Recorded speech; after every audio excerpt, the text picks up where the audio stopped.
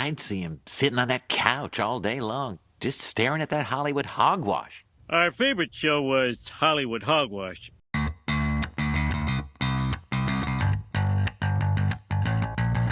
Hey everyone, welcome to another episode of Hollywood Hogwash. I'm Andrew Pisano, along with my brother Joe Pisano and Aaron Rosa. This is more of a wrestling hogwash podcast, Yes. I guess. Is that why you're wearing the hat? Yeah, exactly. What's wrong with hogwash? We're all wearing hats, beanies today. None of us wanted to do our hair, especially Aaron. Especially Aaron. So yeah, it was funny. One of the I saw there was a comment this week where it was like, "Wait, is Aaron bald too? Because he always wears a hat." Yes. But you pointed out that you have, not worn hats before in the show. I've done it before. Y'all just aren't paying attention. But yeah, there's a Yes. big cue ball that you guys don't get to see very often. I wear it better than Josh. I'll say that. Well, of course. I mean, my God, That, it looks natural on you. It does not look natural on Josh. And that's why Josh didn't come this week. He's embarrassed. finally feeling the shame. He's going to take a few months off to grow his hair back. We'll see. After the baseball game, I met up with my friend Trevor that was at the game too. Yeah. Down the street at a bar.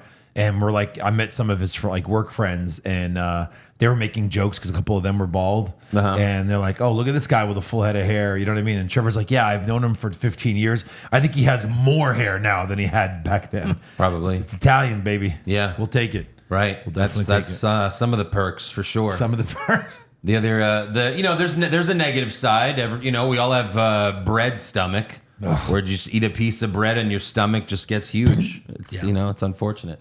Oh, diabito. But yeah, this is actually our first wrestling hogwash show that we've done on the main podcast. Last year we reviewed the Mr. McMahon show on Netflix, the documentary series, but that was on patreon.com/Hollywood Hogwash. So we're going to try this out. The fans said they wanted it. I've been wanting us to cover Dark Side of the Ring since it started, but it just didn't work out for What's Wrong with Wrestling because, we have NXT, AEW. Oh, man. Now we have the Monday Night War podcast. We just don't have the time, and we don't have the time to do it. But now with Hogwash, we could do it here. I like it. So I like it. And Especially if they're going to do episodes like this. Dark Side has been... Lately, they've been kind of starting to stray into the indie deathmatch stuff, and that's there's some of it. I don't know about you guys, but that's not really for me. Well, there's always gonna be some big names and then some obscure names that maybe you never heard about, but even those are fascinating stories. I'll go into an episode and being I've never heard of this fucking guy, but then it actually ends up being really good. That's the great thing about Dark Side of the Ring. And, a match like this where we've seen countless interviews, we've seen them talk about it, we've seen a lot of stuff. Yeah. Can they bring some new stuff to the table? I think they did a little bit. Yeah, a little bit. And I also, it should have just been called Dark Side of the Ring Mick Foley. Right. Because it was more his story Yeah. than anything else. They went into a lot of stuff about him. I think I guess maybe it just sounds better. I don't know. Hell in a Cell. This is the first time where they've done a whole show kind of based on a match, One right? match. Interesting timing. Montreal Screwjob might have been kind of about That's one true. match. Yeah, that's true. But as again, well. that led to more stories and more stuff. Right, yeah. So we're going to get into the season 6 premiere of Dark Side of the Ring. But first, we have to thank 4 new patrons. Right. So thank you to Abishnik. Thank you to News 90s in 2020. Thank you to Daniel Rodriguez and Anthony from London. You sound like you're from London. So thank you to those 4 patrons. Go to patreon.com/Hollywood Hogwash. We are currently reviewing the brand new season of Daredevil Born Again. That's right. Really great. I think Joe still has to get caught up on it. Yeah, I got to get there. These 2 episodes a week are rough on my life right now. Yeah. I'm trying. We're 4 episodes in so far. I'm really curious what you're going to think, Joe. Yeah. I think he'll like it. I think so too. but- Everyone else likes it, like me, Aaron, Josh, Eric. We all. Yep. It's close enough to the Netflix series. That's all you it's- need. You know what I mean? That's such an incredible series. Yeah. And episode 4 just has a really great scene. I won't spoil anything. Where is the first couple of seasons that was on Netflix? Where does It's that on. live? It's all on Disney Plus. But it's under a different category. Because I went Yeah. under. This is Daredevil Born Again, Yes. season 1, episode 1. It shows kind of up as thing. a different show. Yeah. Yeah. Gotcha. You got to just search Daredevil. That's it. But all the Marvel Netflix shows are on Disney Plus now. Yeah. So that makes it easy at least. But all right, let's get into Dark Side of the Ring, Hell in a Cell. It happened on King of the Ring, June 28th, 1998.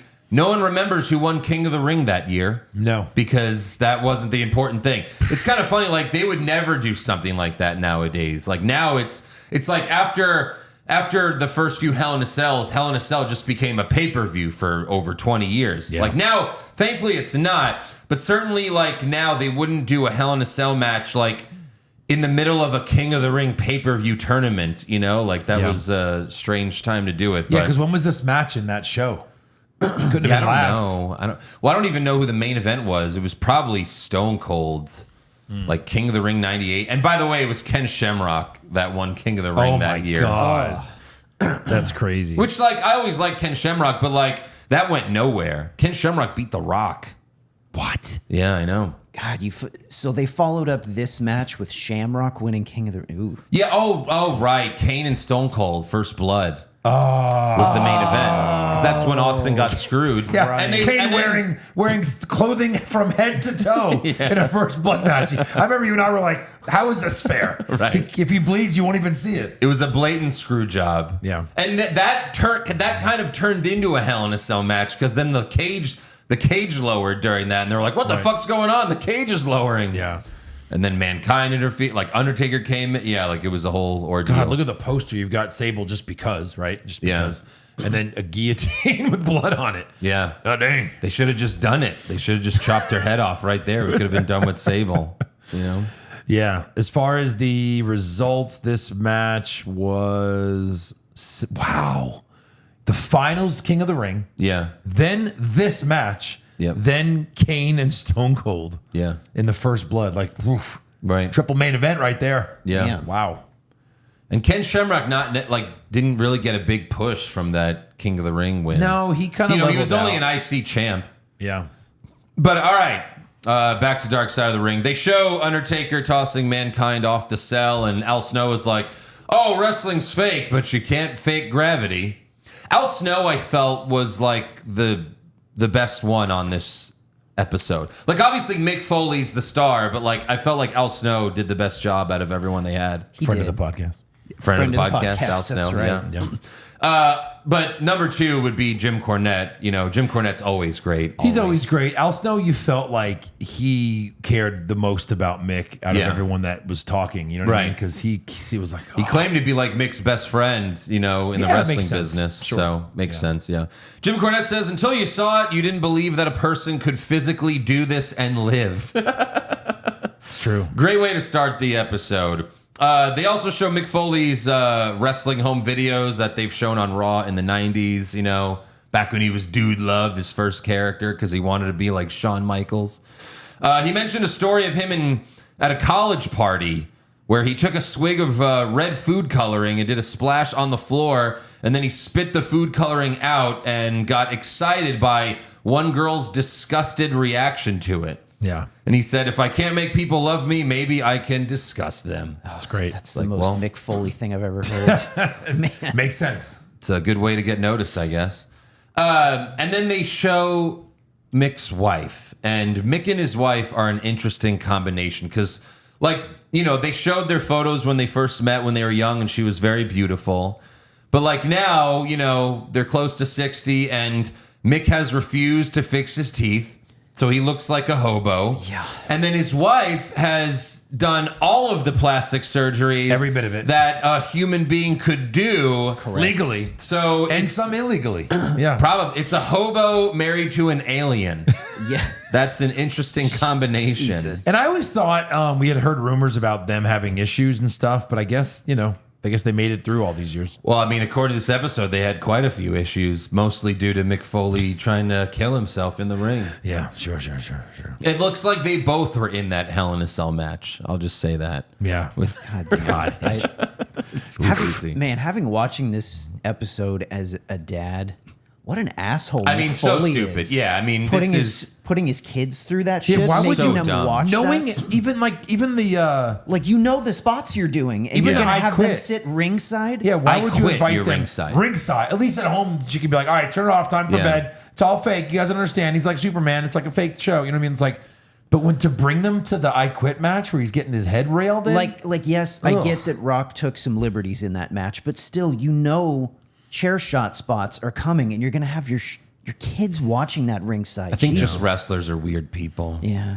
I mean, even they talked about how the kids were watching the Hell in a Cell match at home, and never once did she think to turn the TV off. Like, Yeah. Is Daddy dead? No, he's not dead. It's all fake. Just keep watching. You'll see. He's gonna move in a minute. He's gonna move and then get killed again.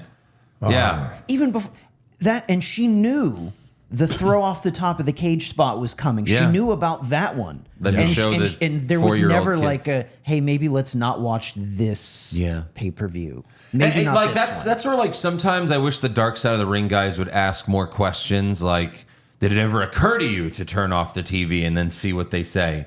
Or like, if I was one of the producers, I would have asked Mick, did it ever occur to you to maybe get your teeth fixed? I mean, it's not that difficult. Like, you wouldn't have to put a mouthpiece in. You certainly endured more pain than any dentist could give you. You know, like I think he just thinks it's part of his character, right? Like when he goes on the road and he can show his fucked up teeth. I mean, with this what? Yeah, he guess. wants. I'm trying wants to be defend him. I don't know. disgusting. He wants to be disgusting. I Yeah, guess so. It seems like his thing. He's But it's the monster. over. It's like Hogan. You could shave the fucking mustache, Hulkster.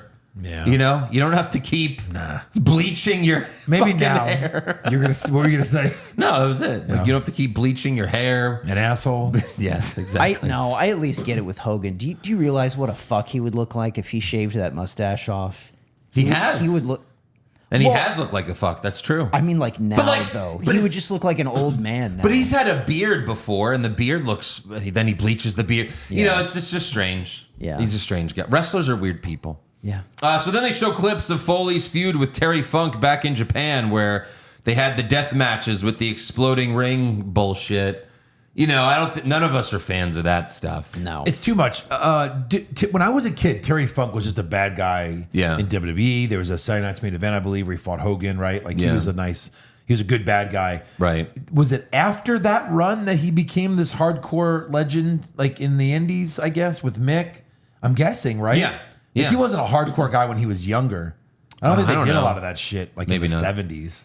But maybe in Japan they Not did. the set. Yeah, I don't know. I don't know. Was Funk already doing that shit in Japan? Because I know that Foley went over there to work with him. Was he already doing that crazy death think match he shit? was. I think so. Yeah. Okay. Because he's 10 years older than Mick at least. Sure. Right. So, yeah, but I mean, the explosions. That's the thing. Is like the explosions. It's like, okay, something looks like it exploded, but then nothing happened. Yeah. So it's like, yeah, it ends up looking fake. Yeah. Because there was an explosion. So even like Mick's son was like, yeah, they were C4 explosions. It's like, no, they were not. They were like firecrackers. C4, he said. Jesus. It's like, why do it? Because it's not impressive enough to be cool, but Yeah. it's just dangerous enough that it could really fuck you up. Right, but it's like It's we not worth the reviewed risk. the exploding barbed wire death match that AEW did back in like 2021, I want to say, where it was Moxley Omega, and at the end, the ring explodes, but then the smoke clears, and then the ring's there, nothing happened to the ring. Right. It's like, how do you not at least collapse the ring? You've seen WWE do it a fuck ton of times. How do you not at the very least just make the ring collapse? And And again, with Eddie Kingston covers Moxley. Yeah, and then it's just nothing a couple of happens. like sparklers go off, and then he just acts like he's dead. Yeah. like he died from that. And it looked so bad that they had to just, like, the next show, they were just like, yeah, it was a dud. Like, that was, like, part of the story was that, like, oh, they failed. It didn't work. But they then had why to go did- with that. But you killed Eddie Kingston. No, for Eddie this. Kingston said, like, he got so scared that he just blacked out. That was how they saved, it. the whole thing. How they saved it. Yeah. It was fucking terrible. AEW. Anyways, Al Snow said, Vince didn't want Foley. There's, a bunch of, everyone said that before. Jim Ross had to convince Vince to bring him in. But I love how they say, "You want him? Put a mask on that ugly face." Yeah. that's horrible. Yep. and hilariously Vince McMahon. Yeah. But it's funny because when they're saying like, oh, Vince didn't want to bring him in, they show a clip of Foley spitting a loogie up in the air and then catching it in his mouth. So, Yeah. that was an interesting clip to see. Not for me. And then Cornette said, Vince used giants to face the Undertaker, and they show what's his name, the Giant Gonzalez. Giant Gonzalez. Oh, boy. Awful. He's like, that was boring and dull. What you needed was a lunatic. And it's great because right now in the Monday Night War podcast, we're watching their feud begin. The rise Undertaker and Mankind. of Mankind. Yeah. So then they show clips of Taker beating the shit out of Mankind, and Jim Ross says, now I got this big challenge to not let him kill himself. So that was his job, I guess. And then Cornette came up with the Hell in a Cell idea. He's mentioned before how obviously it's not the first cage with a roof because there's war games. But I've watched and listened to so many Cornette interviews. Like he's mentioned how other promotions have had cage matches where the cage is on the floor outside of the ring. So his idea was to combine the War Games cage with those cage matches to make Hell in a Cell. And then they show clips of the first Hell in a Cell match with Undertaker and Shawn Michaels. And Foley says, to me, that's still the best one. And as far as a wrestling match is concerned with moves, maybe he's right. I mean, it is a phenomenal match. But man. The story of Mick just, getting his ass kicked and he kept getting up is just so good. The Shawn one's maybe the better match, but this is the more memorable one, if that makes any course. sense. It created a legend. Yeah. So Foley says he was talking to Terry Funk, what should I do for the match? And Funk jokingly said, what if you, started on the top and he threw you off? And Foley was like, he was laughing. And I was just like, oh, I think we could do that. And Taker didn't want to do it, but Foley convinced Vince to let him do it. And he also says he lied to Vince and Taker, saying that he had already climbed up to the cage and scouted out the situation. Yeah, I think I could do it. But he didn't climb the cage until it was the time for the match. And that was because he was afraid of heights. He was like, if I got up there before the match, practicing, I would have gone up there and been like, oh, I can't do this. Right. He said that before in interviews. And so. And what his daughter talks about where, if you're off by a foot, Yeah. damage. That's Oh, yeah. it. Damage to you, damage to other people. Yeah. You hit your head. Where's your head going to hit? Right. When you're falling from that high, it's so crazy. And even so, that table was flimsy as fuck. There was Oh, no yeah. crash pad. That was before, when Shane did it, granted, Shane had a much higher fall because that was they made the Hell in a Cell almost not twice as big, but another 10 feet higher. And when Shane did it, there was at least a crash pad. Right. But there was no crash pad for poor Mick then. No. You just see that table explodes when he lands Oh on my it. God. By that the way, sound. I love Foley's impression of Terry Funk. Uh-huh. He just makes him sound like a serial killer. Yeah. It's fantastic. He might be. But yeah, Cornette says they tied the top of the cage with zip ties, but there's Zip ties. 600 pounds of human beings up there. Yeah. And they show where they almost fell through the cage at one point just walking because the zip ties were snapping. And then Foley says he tried to suplex Taker, but Taker was like, that's not happening. Nope. Because he knew it wasn't safe. And then Jim Ross says he wasn't told Mick was going off the cage. But as they got closer and closer to the edge, he got more concerned. So he So didn't is that even know. true? The announcers were in the dark? According to Jim Ross. And it was the Spanish table that they broke. Yeah, You wouldn't Spanish think they'd be table. like, hey, there's a human being that's going to fall. But be prepared. He could miss. He could be on your table. announcers are collateral damage. Yeah. It's true. But I mean, you could see that they like Jim Ross said, he was concerned. The others must have felt the same way. They're gonna fucking go through this table, aren't we? So Yeah. I mean, because Jim Ross has also said he didn't know that Brett was getting screwed. Vince didn't tell him. Only a few people I can knew. get that staying close to the best for sure. Yeah. But this, it's a stunt. It's like a professional stunt. Dangerous. Yep. So Taker tosses Mick off the cell, crashes through the announce table, no crash pad, and JR says two of his most famous lines ever. Good God Almighty, that killed him! And as God is my witness, he is broken in half. Yeah, they killed him. Right? That killed him. Yeah. It sounds like they. No, we've gone over this before. It's that killed him. I don't know. He even sells a t-shirt. JR sells a t-shirt. Good God Almighty, that killed him. Jim Ross. June 28th, 1998, and then a tooth at the bottom. That's funny. Which is it's almost like, Well, yeah, I mean, you said that, JR, but you weren't the one that went off the Yeah, cell. you're Dude, selling he's that? making money off of Foley's bump. I know. That's fucked up. It's a little fucked up. And then Mick's wife said that, she told her kids, don't worry, it's fake, but she was freaking out. Obviously, we've already gone into that thing. Mick says, the pain will come later. I'm running on adrenaline right now. And then we meet former WWF doctor Francois Petit, who Al Snow tells us was Sub-Zero in the first Mortal Kombat film. I was What? so hoping you would bring this up. This is course. fantastic. That was the hell? insane. The WWF doctor was Yeah. Sub-Zero. Yeah, you a doctor, mean- a real you mean- doctor? A guy that says he's a doctor.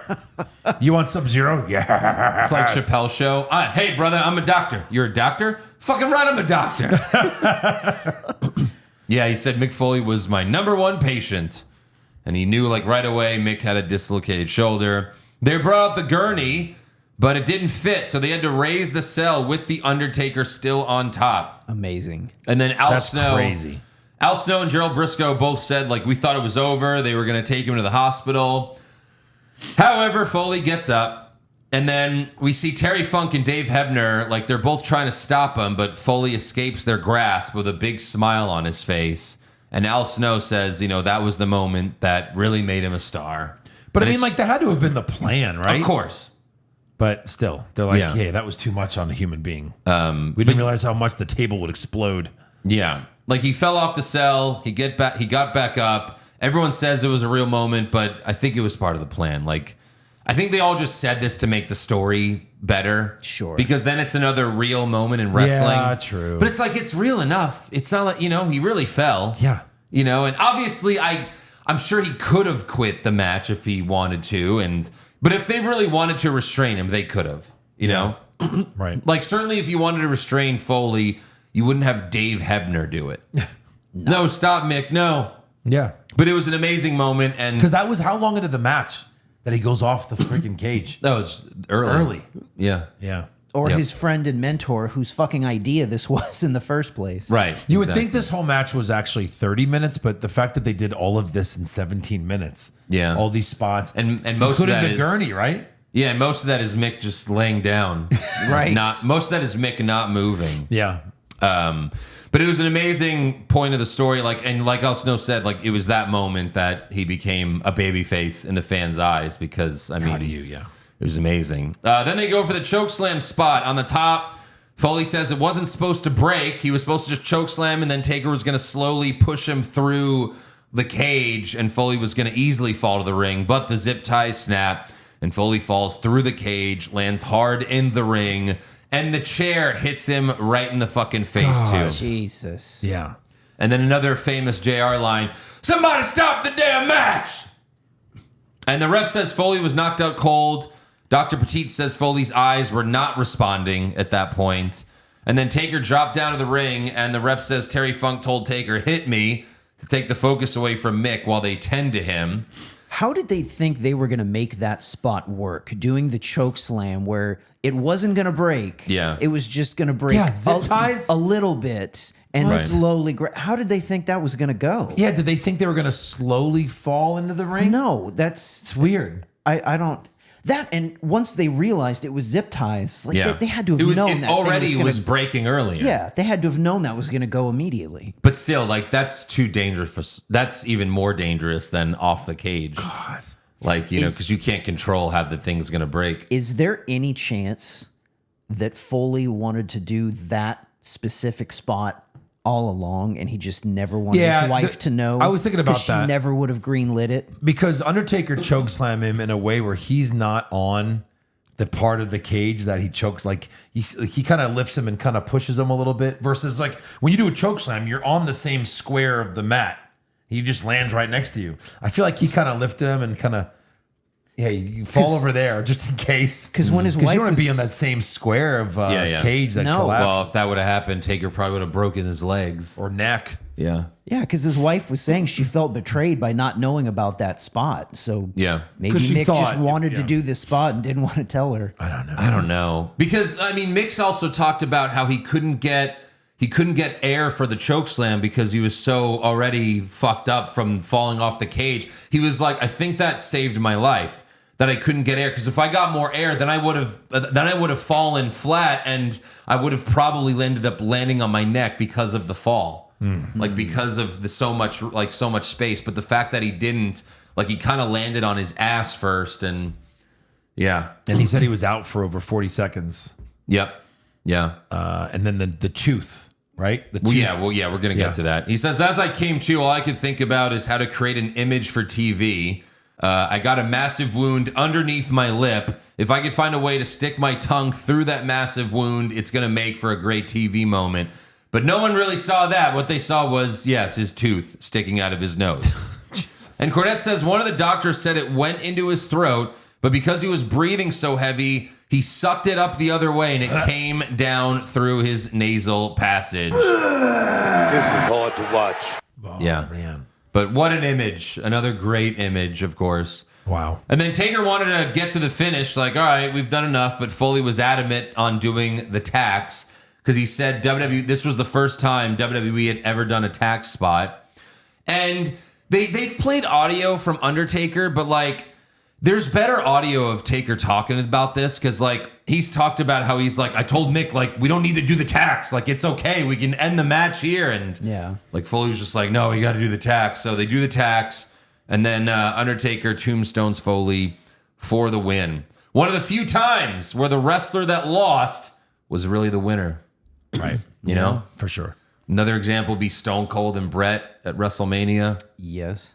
But yeah, the ref mentioned how they brought out the stretcher, but Foley refused, and the crowd loved him even more for it. But yeah, no one suffered more to get over than Mick Foley. God, you got to feel for the guy. Of course. Mick then called his wife. She screamed at him, your kids thought you were dead. But again, they were like 4. What are you doing? Yeah. And then Cornette says, Vince told Mick, thank you for what you did for my company, but promise me you'll never do anything like that again. By the way, just another awesome little moment of this. When he's getting pinned after all of that shit, he still kicks his leg up on 3. Yeah, right. Yeah. Right. Jesus. Right. So then, as the doctors are pulling out the tax, Mick asked Taker, did we do the thumbtack spot? Like, he already forgot as they're pulling out the thumbtacks. Wow. And then Al Snow mentioned how he had to help Mick get undressed and into bed that night, like wherever hotel they were staying at, you know? Oh, man. He's a good friend. They were showing video of, like, you know, I would think the tax, the point of the tax is they're cool because they look good. Yeah. But they're not going to go they're not going to cause a lot of blood. Like, they're just kind of stick, like, Right. in the first layer of skin. They were showing, was it dramatization or were they actually showing the footage of them? It seemed like there was a lot of blood pulling out those tacks. Yeah. There was a dramatization of it, but I think they showed him, but I don't know if they showed, like, the real tax getting pulled out. There was an image of that. I just don't know if that Yeah. was, I don't realize if that was real or if that was one of those Yeah. simulations, but gross. I would guess the tax being pulled out hurts more than them going in. Yeah. You know, especially since, like, during a match, like, they talk about the adrenaline. Like, certainly I've been a part of spots where it doesn't hurt as bad until you go backstage. Then all the pain, the adrenaline goes away. Oh, yeah. But yeah, Foley said he got 15 stitches under the lip. Then he takes out his fake teeth to show the 2 that he lost. He also had a bruised kidney, a dislocated jaw, a dislocated shoulder, but said that match changed the way that people felt about me, and that sparked the career renaissance. And yeah, 6 months later, Vince awarded him with the WWF Championship. 6 months later. So there you go. Unbelievable. Then they cover the I Quit match with The Rock, where Foley had his wife and young kids in the front row for some stupid fucking reason. Wow. Where Foley took 11 chair shots to the head. And Cornette's like pissed. He's like, you got fucking brain damage for a wrestling angle on television. Like, Yeah. and then Foley's daughter, Noelle, says, this is going to sound bizarre, but I don't have a single memory of my dad wrestling. Part of me thinks it's because it was very traumatic to me. But then she gets really emotional. And I was like, oh, you do remember. This is just, you're just pretending not to. Clearly, she's like, I don't like the I Quit match. It's like, well, if you're crying, you clearly remember it. Well, Well, she's she probably could have seen watched. videos She's at probably this watched the match too. Yeah, sure. But yeah, I mean, they could. Who knows, right? But I mean, she was very young. Yeah. Like I think she was like 4 there. You know what I Right. mean? So yeah, like how much do you remember it for? Yeah. yeah. Then many doctors told Mick, you need to stop wrestling or you're going to wind up a cripple, but that didn't stop him. His wife said that, he would drive around and not remember where they live. Foley admits he's worried about how the CTE will affect him as he gets older. But he says he does his live comedy shows as mental gymnastics for his mind, That's kind of fun. which he's in Houston this coming week. Is he It's really? pretty funny, yeah. wow. Then they show the clip of Vince telling Foley, like this was like part of Raw, where he's like, all the things you put your body through just for the roar of the crowd. And Mick says, I like that roar. And then Foley, present time says you can't say that's a fault without also admitting that it's responsible for my success, which is true. It's fair. It's all true. Foley then says he's resented that match for a long time because it's all anyone ever wants to talk about. But it's like, get your teeth fixed then, and then you don't have to show off the teeth you're getting. Yeah. Hey, bro, why are your teeth fucked up? Okay, fine. I was in this match. Yeah. But then he said Undertaker told him what we did that night will outlive us both, and he said that was a big step for him to embrace it. Noelle then says her and her dad went to a WWE warehouse one day where they kept the Hell in a Cell cage, and she says that was the only time she's seen him cry. Wow. I mean, it's good that he's accepted it that way because, I mean, now when people say the words Hell in a Cell, they're talking about this match. They're not of talking course. about a pay-per-view or a style of match. Yeah. Absolutely. And then Foley says, we didn't know nearly as much about head injuries as we know now, but I can't tell you for certainty that I would have done things differently if I had known that. So, and I believe him. I mean, Yeah. makes sense. Certainly when you're a big wrestling star, these are the memories that are very fond to you. Yeah. We still had Jericho on commentary. Yeah. I guess he's going to do the whole season. Yeah, he's done every season since the second one. Do we know what the next episode is? Yeah, the next episode There's is another one of these guys we don't know. Ludwig Borga, but Oh, yeah. I've seen clips, and the one clip I saw is amazing. I won't say it here, but it's gonna be Okay. amazing. Okay. It's so fucking funny. Yeah, he's just like a lunatic, like a neo-Nazi. Wasn't he type that guy guy. that Vince just wanted to push him to the moon and it just did not work at all? I don't know. He was barely in WWF. Like he had a very short run. I'd never heard of him, so we'll find out more about him next week. But yeah, obviously really good season premiere, The Dark Very Side of the good. Ring. How many episodes are there? I don't know. I think like 9. I think it's wow. like 9 or 8 or 9, something like that. Yeah. So yeah, there you go. There you have it. Mick Foley, hardcore legend. Thank you for your sacrifice. Right. Yeah. So let's get to the news and rumors, aka the Hollywood Hogwash. So last week, Marvel did a live stream to announce the cast of Avengers Doomsday. The stream, it was like a 5.5 hour stream because it starts with a single chair with Chris Hemsworth's name on it. And then every like And 20. it just stayed there? Yeah. It was like a live, just hung out there. Yeah. And they then would every move like the camera. 20 or 30 minutes, they would move the camera to show another crazy. chair with someone else's name. Wow. Yeah. Poor Eric Hamilton had to change his boxers like I know. 17 times that day. Well, like I was at home, like doing, like just working on the podcast, and so I actually had it on my phone as well for like an hour maybe. So I kept checking as well. That was like in our group chat. Me and Eric kept like texting people, like texting you guys like different names that were popping up. It was Yeah. pretty cool. I think they said like over 500 million people watched the live stream. That's insane. Like it was something like that. It was nuts. Yeah. So yeah, like every 20 or 30 minutes, they'd pull the camera, they show another chair until finally Robert Downey Jr. walks in the room and then sits on his chair at the very end. Beautiful. So it's definitely a cool way to do it. Yeah. But here's the full cast so far that they've shown. We've got Chris Hemsworth as Thor, Vanessa Kirby as Susan Storm, Anthony Mackie as Captain America, Sebastian Stan as Bucky, Letitia Wright as Black Panther, Paul Rudd as Ant-Man. He got a small chair on the live stream. Like now you could watch, they made a video where you could watch it all in a minute and it's a different version. And in that version, Paul Rudd has a normal chair and Robert Downey Jr. doesn't walk into the warehouse. He just like is already sitting in the chair.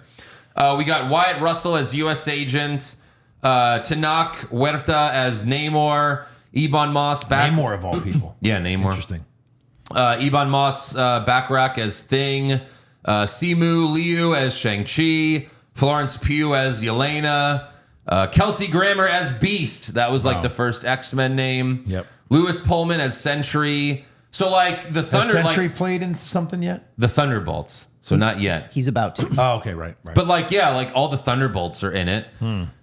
We've got Danny Ramirez as the new Falcon, Joseph Quinn as Johnny Storm, David Harbour as Red Guardian, Winston Duke as M'Baku from Wakanda, Hannah John Kamen as Ghost, Tom Hiddleston as Loki.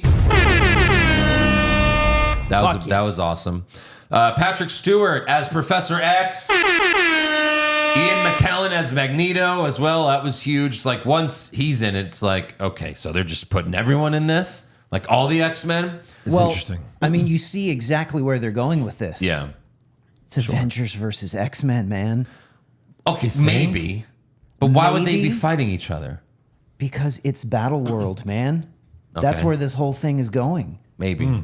Different universes having to fight against each other to exist. Interesting. That'd be cool. That's got to be what they're doing with You know this. more about this, But that Doctor would be Doom's great. the villain. I mean, Maybe he's the puppet Kinda. master. well, they did that Kinda. already with Civil War. He's the villain, but he's saving the multiverse also, but he's still Doom. We'll see. It's murky. Yeah. We got Alan Cumming as Nightcrawler, Rebecca Romaine as Mystique, James Marsden as Cyclops. Hopefully he could finally they could finally do Cyclops with him well. Yeah. Because he was always just a bitch. And then we've got Channing Tatum as Gambit. Give some air horns too. That deserves fucking air horns. I mean, at that point, it was like, all right, so where's the Ryan Reynolds and Hugh Jackman chair? But, you know, not You're yet. convinced we haven't seen the entire cast. A lot of people online are treating this like that's the cast. No, Marvel's already said it's not. Okay, No. cool. Marvel's already said there's more names to come. All right, good. Yeah. We've also got Pedro Pascal as Reed Richards, of course, and then finally Robert Downey Jr. as Doctor Doom. We still are looking for Deadpool, Wolverine, Hulk, Spider-Man, Hawkeye, War Machine, Doctor Strange, Nick Fury, and there's like so many more. Even Captain Marvel could, you know what I mean? Like, but as far as like people we'd like to see, you know, Deadpool and Wolverine are at the top of that list. Certainly Hulk's got to be in it. He's in everything. He's one of the original Avengers. Hopefully Spider-Man, you know. But it'd be weird if Doctor Doom kills off like all the X-Men and then they reboot the X-Men a year or two later. It doesn't feel like that's where it's going to go. I don't know. It would just be It would just be strange. Like we just did Deadpool where it's like, all right, goodbye to the X-Men, goodbye to the Fox X-Men, and then they're like, no, they're staying. Yeah, They're right. sticking around. Exactly. You know? Right. And like especially to bring Deadpool and Wolverine, well, if they come in, but like certainly Channing Tatum as Gambit, you know? And he wasn't even a part of the original X-Men. Yeah. So I don't know. I would just keep them around, not reboot every single X-Men character. That seems like a mouthful. They're still alive. Yeah. I'm still alive, man. I'm alive. Just Right. use them if they want to be in it. Yeah. Yeah. I know they're older. So what? But there's so many people in this movie, like Dr. Doom's got to kill some of them, you know? Well, I mean, this is Maybe. going to be like Endgame shit where there's going to be a big fight. And yeah, okay, someone's in it, but they're fighting for 9 seconds. How many Sure. of these characters have died in a movie? Already? I mean, half of them. How many have Cyclops, died? Professor X has died, right? Oh, sure. I'm just saying, like there's a lot of characters on this list. Loki, Loki. that have died. So you know what? That's my problem with the multiverse is that there's no finality. I'm sure we're gonna see Robert Downey Jr. as Iron Man at the end of all of this. And I think they basically gave it away when they showed the colors of what is it? Avengers. What's the last one? Secret Wars. Secret Wars? Well, it's funny you bring that up. They made the colors of all the different Avengers logos to match the Infinity Stones. So like Endgame was purple because that was Right. that one. Yeah. Doomsday's green. So that's why they did it that way. Certainly Secret Wars, I would expect Iron Man, you know? But I don't think for Doomsday, you know? Doomsday's like- the first one, right? Yeah. Yeah.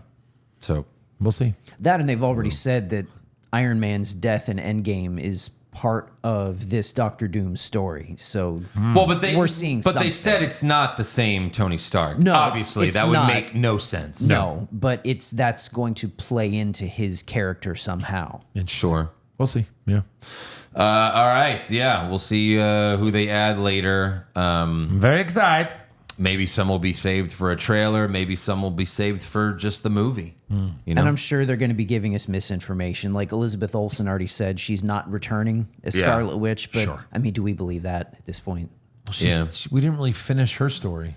Well, she died, Yeah. but no one ever stays dead. No. So, all right, moving on. We've got Netflix CEO Ted Sarandos telling Variety that Marvel wanted to make the Defenders shows as cheaply as possible back in the day. Looked like it. He said, we were dealing with the old Marvel television regime, which operated independently at Disney, and they were thrifty.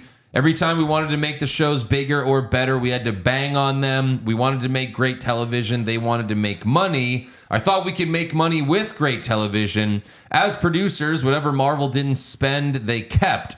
So every time we wanted to add something to the show to make it better, it was a fist fight. So it's interesting because certainly Daredevil looked great.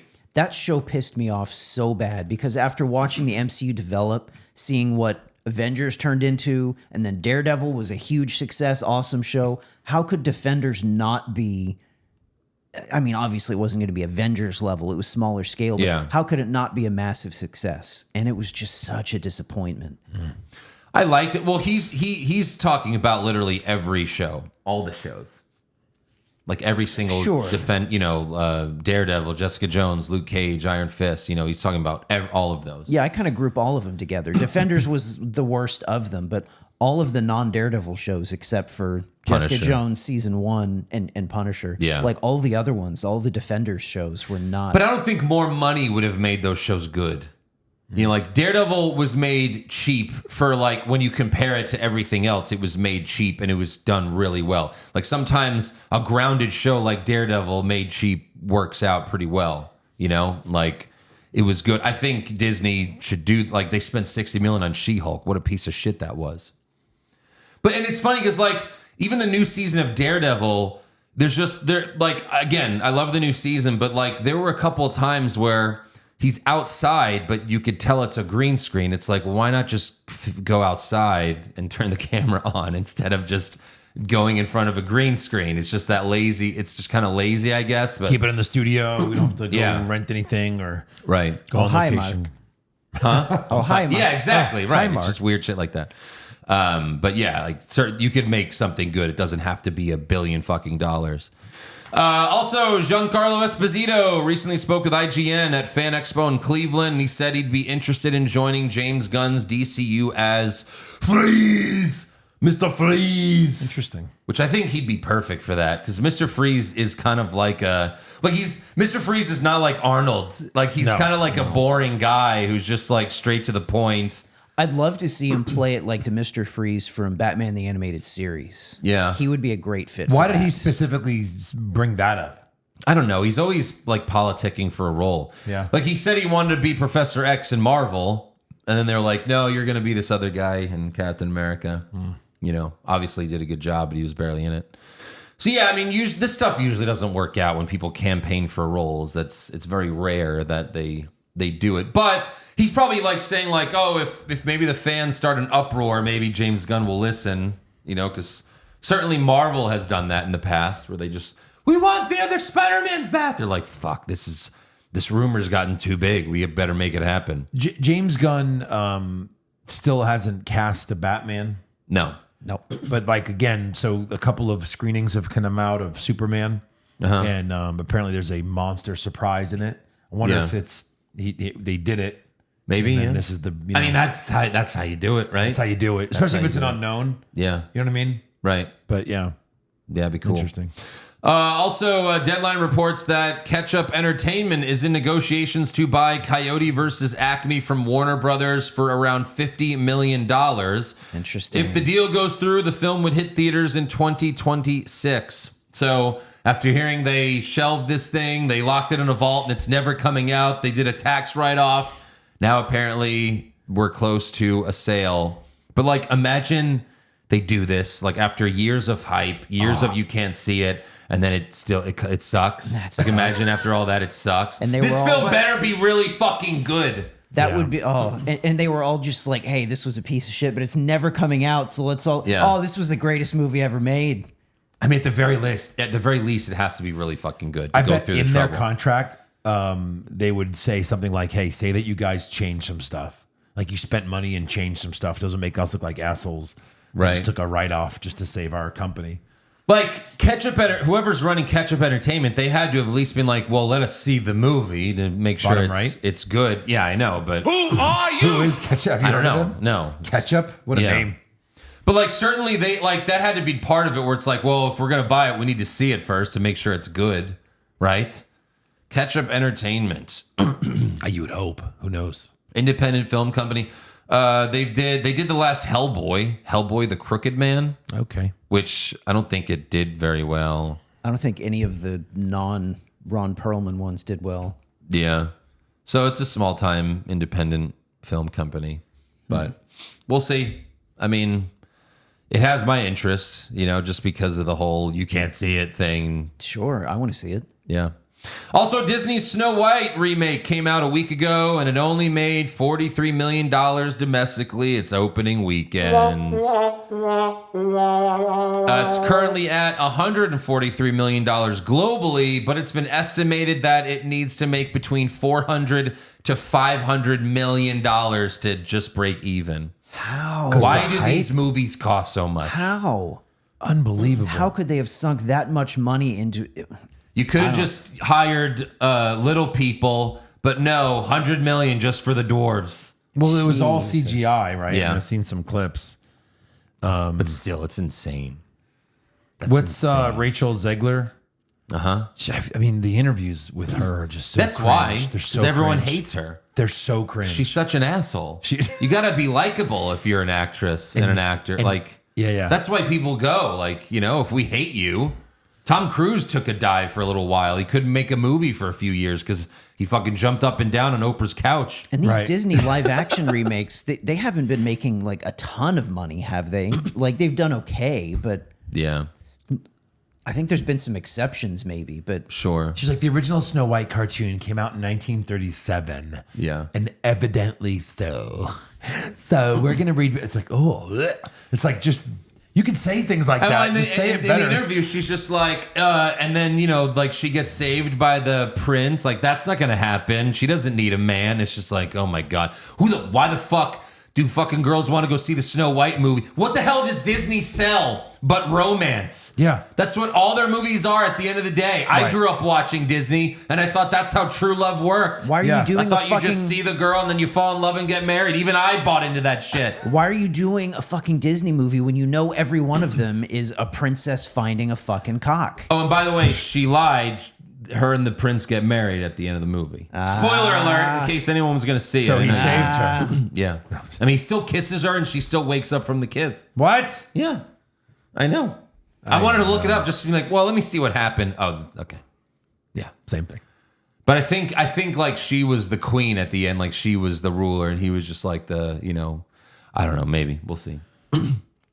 But there you go, Snow White. Disney's probably they gotta put an end to the wokeness at some point, No one wants it. It's proven. No one wants this shit. Didn't they say they were trying to course correct with Well- that they were going with more like just relatable regular movies? Yes, but I think like this movie was already like, Already greenlit in the works. Yeah. so we'll see what they do. Also, theinformation.com has reported that Apple TV Plus is losing over $1 billion per year. Oh my God. Which sounds bad, but it doesn't matter because Apple still generates $391 billion in revenue last year with a profit of $93 billion. So it's like, loses $1 $1 billion of Apple TV. Yeah. We still made $93 billion in profit How do you lose $1 billion?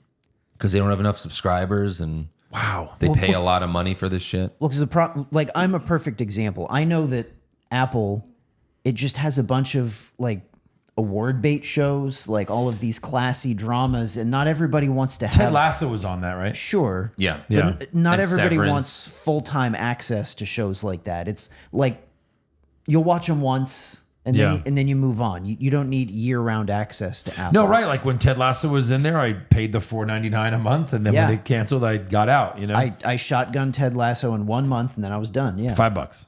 Yeah. Yep. And then there was some, they have some sporting events now that's kind of annoying. But like Apple TV only has like 30 million subscribers. Like they're one of the worst ones.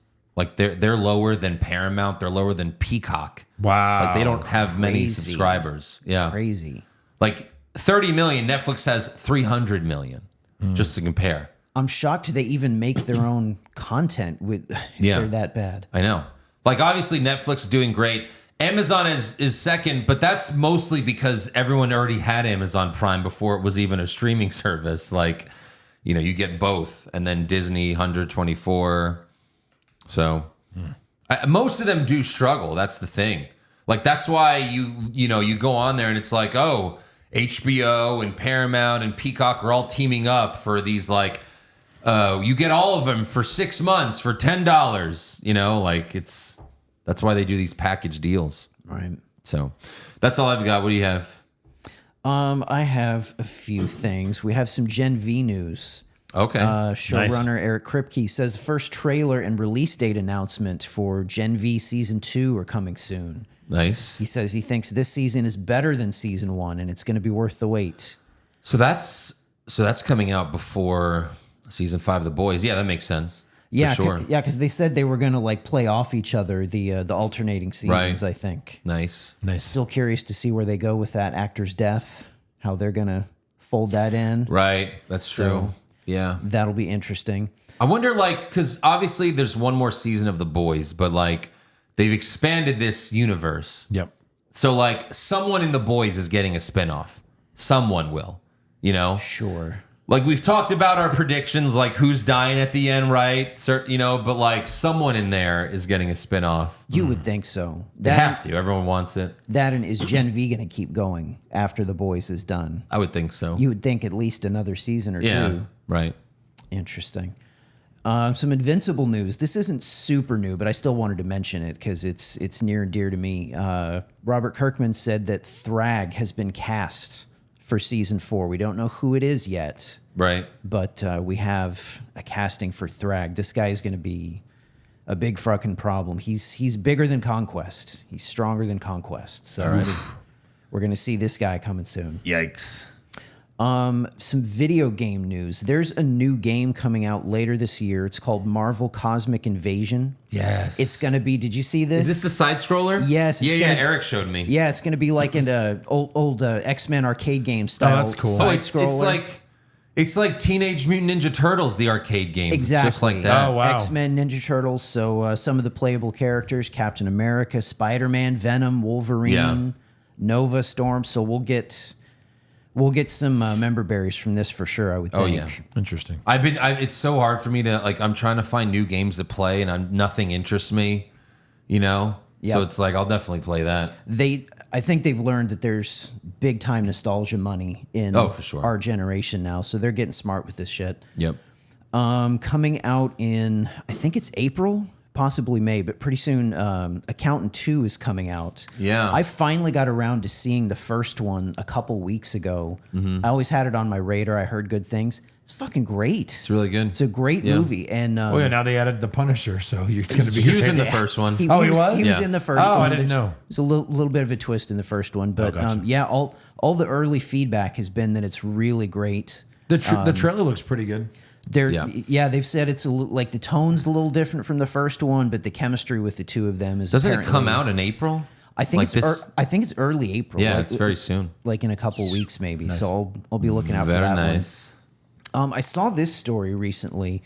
Apparently, some Hollywood studios they're asking YouTube to make sure that ad revenue from views on AI fake movie trailers of their IPs starts flowing their direction instead of just getting these things taken off of YouTube. Yeah. So they're getting smart and leaning into it and saying, all right, fine, we can't fight this thing.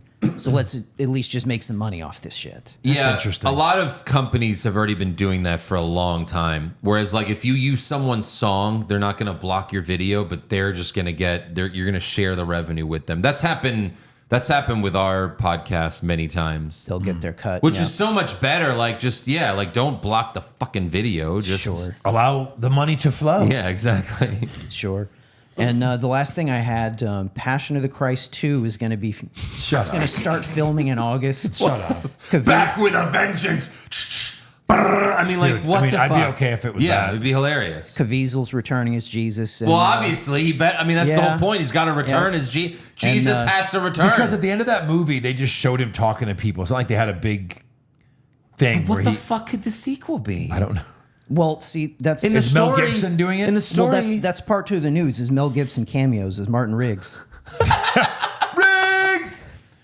Wait, is it where he comes back to us after all Well, these what years? else could it be? Well, he already came back at the end of the first one. No, I right? know, but I'm saying it has to be a new like made now? up story. It's like he comes back if now? Jesus were to come back now, as the There's Revelation nothing else says, to. There's nothing else to No, tell. hold on. It's I- over. hold on, I've got the it. first one completed the fucking story of Jesus. No. what else could you do but a sequel? Like I'll tell add you on what- to he it. comes back today. I'll tell you what It'd you be do. amazing. I'll tell you what you do. It's a 3-minute movie. He comes back today. He watches Two Girls, One Cup, and And he nukes, leaves. and he nukes the planet and leaves. That No, 3-minute movie. I've always joked with how fucked up the world is right now. It's like one of these days, God's just gonna be like, flood it. We've done it before. It's fine. It works out. Yeah. Flood it. Is Mel Gibson a part of this? Well, of course, yeah. He's doing has, it. Has It's there his ever movie. been a movie where Jesus comes back?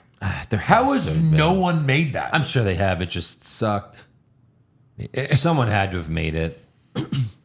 Just. wow. I bet you, like the Catholic, because like the Catholic Church is so powerful, they were probably like, "You're not making that movie." Like they have the money to stop it or something. Yes, but like, You know. why would they care? I don't know. They care about a lot of weird shit. They do. I don't know. That's strange. Like, what else is there to do? I don't care.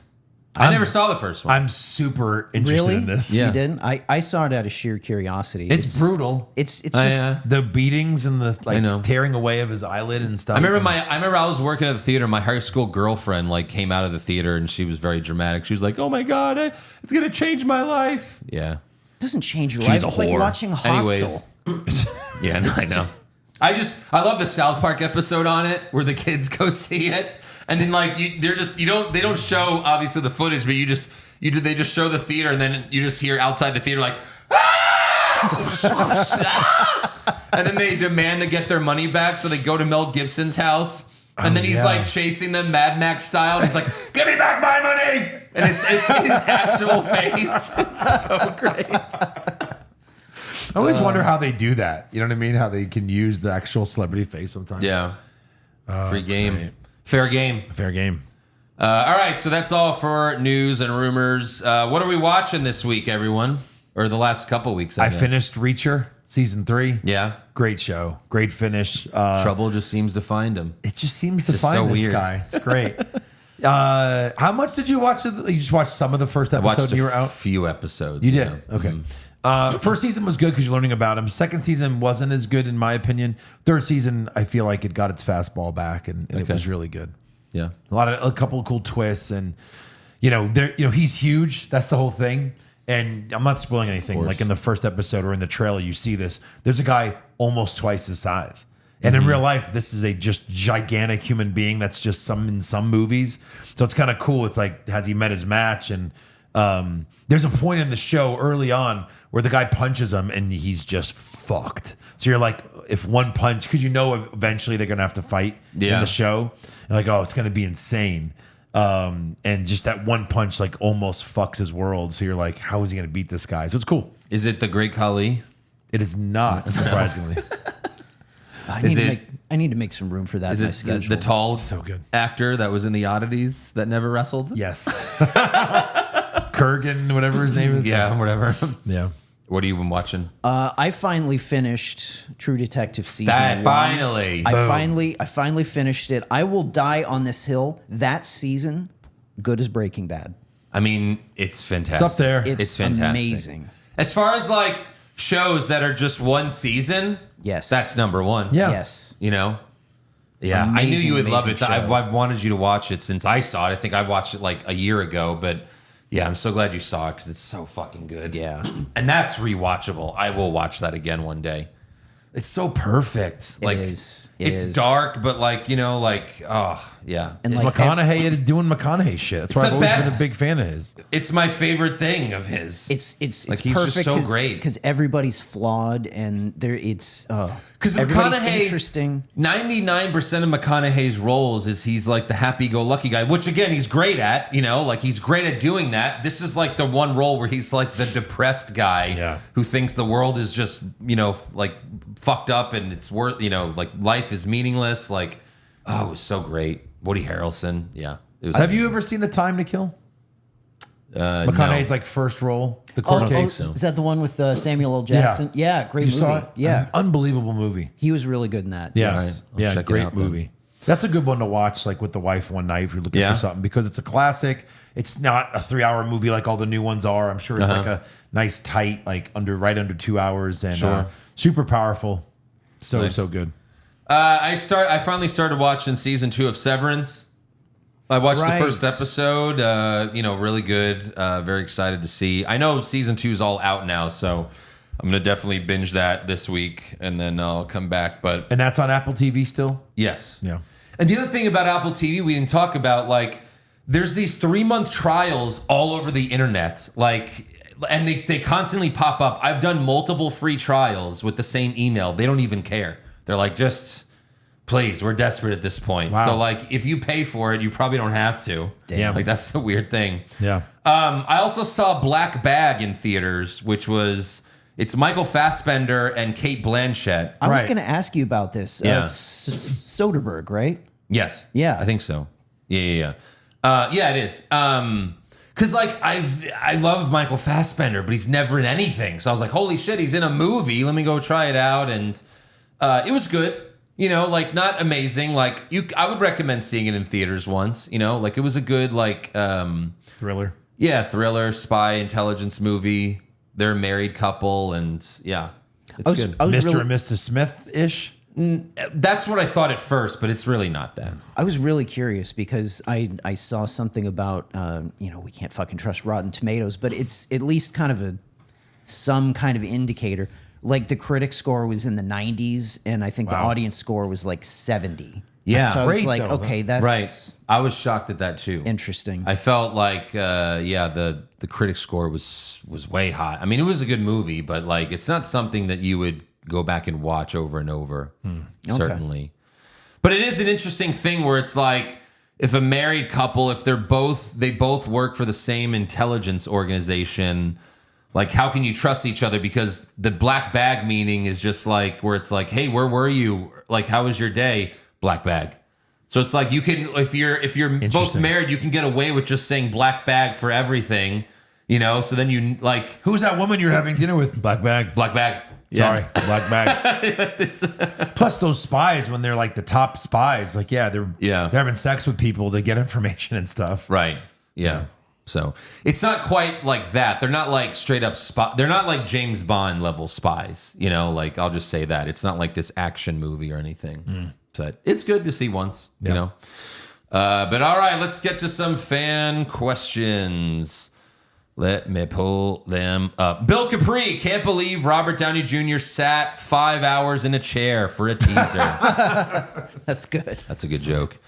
Pop Culture Junkie, what if Mick had not hit the landing on the announce table perfectly and instead either paralyzed or died by landing on the guardrail? Or worse yet, what if Mick had landed past the table and the guardrail and instead just landed on the fans, possibly severely or even fatally injuring them? Would they have still have won the Monday Night War? Would WWF even have remained in business? I'll tell you what if we'd still have Owen. Maybe. I bet But you. but I think yes, they still would have won because Owen died the next year, and the company still won the war. Yeah. And that was much worse because it was an accident. Whereas at least this was like Mick said he could do it. What? It's not my fault. But yeah, certainly if he fucking fell on some fans and killed some fans, that would be a massive lawsuit that they'd have to.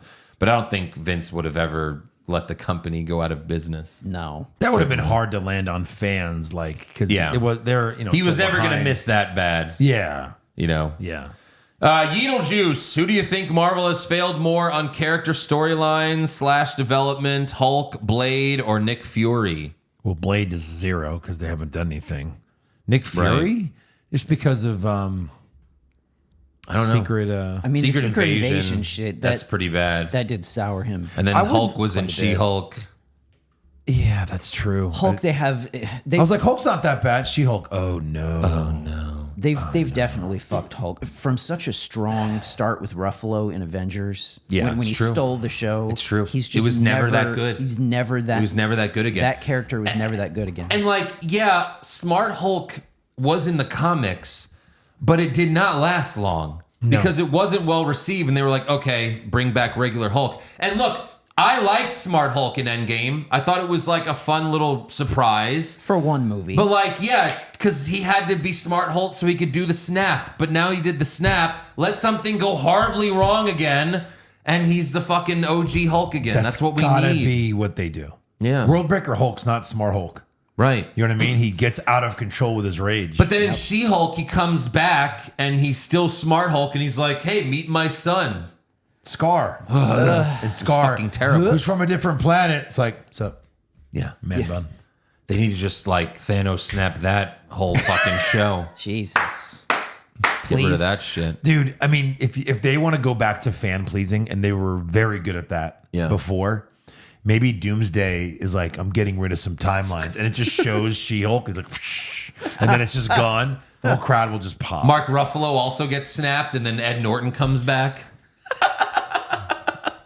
I think if it never left Ed Norton's shore, it would be great. But I mean, Mark Ruffalo's he's just a part of it now. I know. And Fine, he's I a know good that's not actor. gonna They just treating him like an idiot. That's the only problem. Yeah. It's like he's like Ed Norton was a fucking genius, and they treated him that way. He didn't make stupid mistakes. Yeah. The Rizzler, a documentary on this match, is a bit overdone, but they did an okay job showing a different perspective of Foley's family watching from home and the responding doctor's thoughts. Dark Side of the Ring should consider doing an episode from point of view of the jobbers. Imagine Doug from Sturgis, South Dakota, small-time wrestler wannabe, paying $65 a month to train at some gym, only to find out WWE's traveling roadshow is nearby, and they summoned you to go up against Yokozuna? Fuck that shit. Right. Damn. Is this you, Rizzler? Is that what you're talking about? That's funny. Robertson Patman, why would they go for the choke slam on the top of the cell, knowing damn well it was barely able to hold them both up there? Yeah, they knew that Mick was said going to go choke that slam me, way. and he's like, "You sure?" He's like, "Do it." Yeah.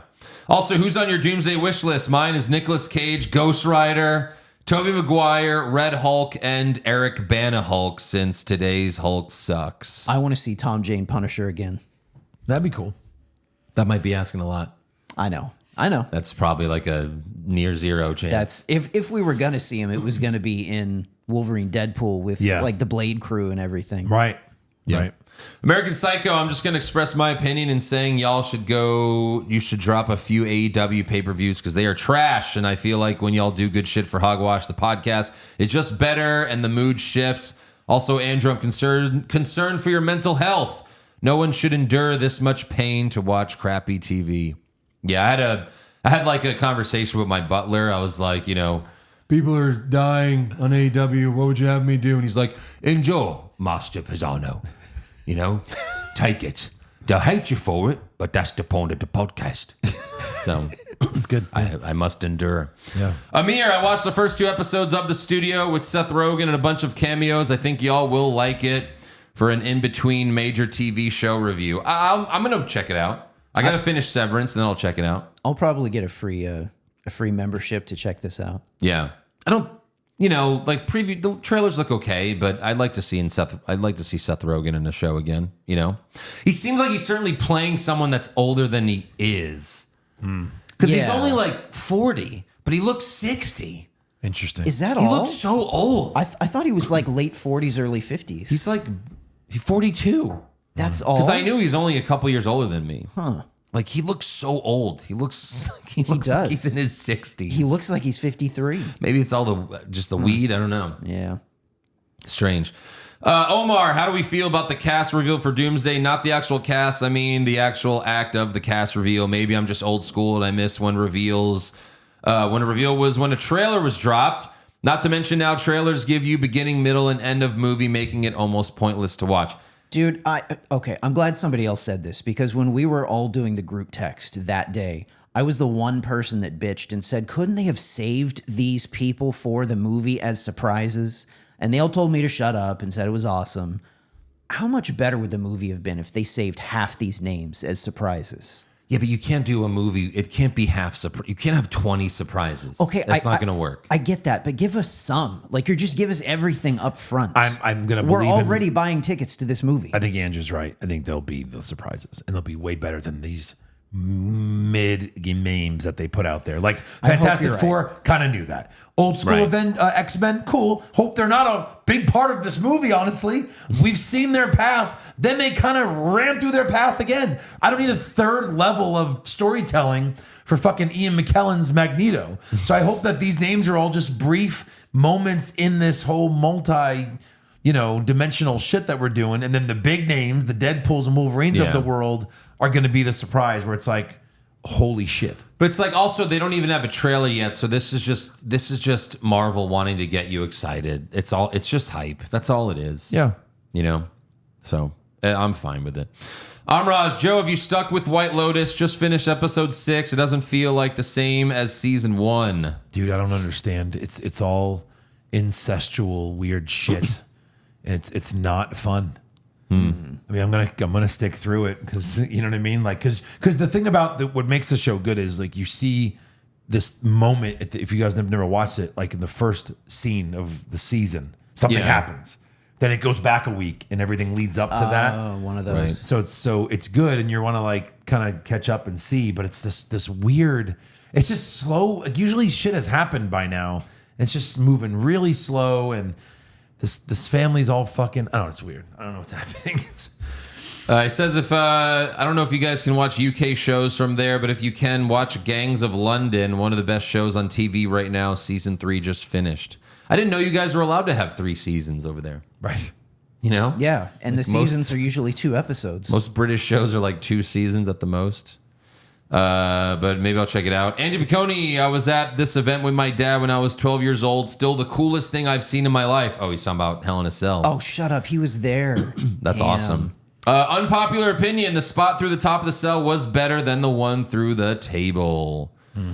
I mean, I wouldn't argue that. Certainly, like, the image of him going off the cell is the bigger moment, but, I mean, through the cage was more dangerous because it wasn't supposed to happen and how he landed. I would agree in the way that after the table spot and then him getting stretchered out and then coming back and then immediately going to that spot, that just made it so like, what the fuck are we seeing right now? Yep.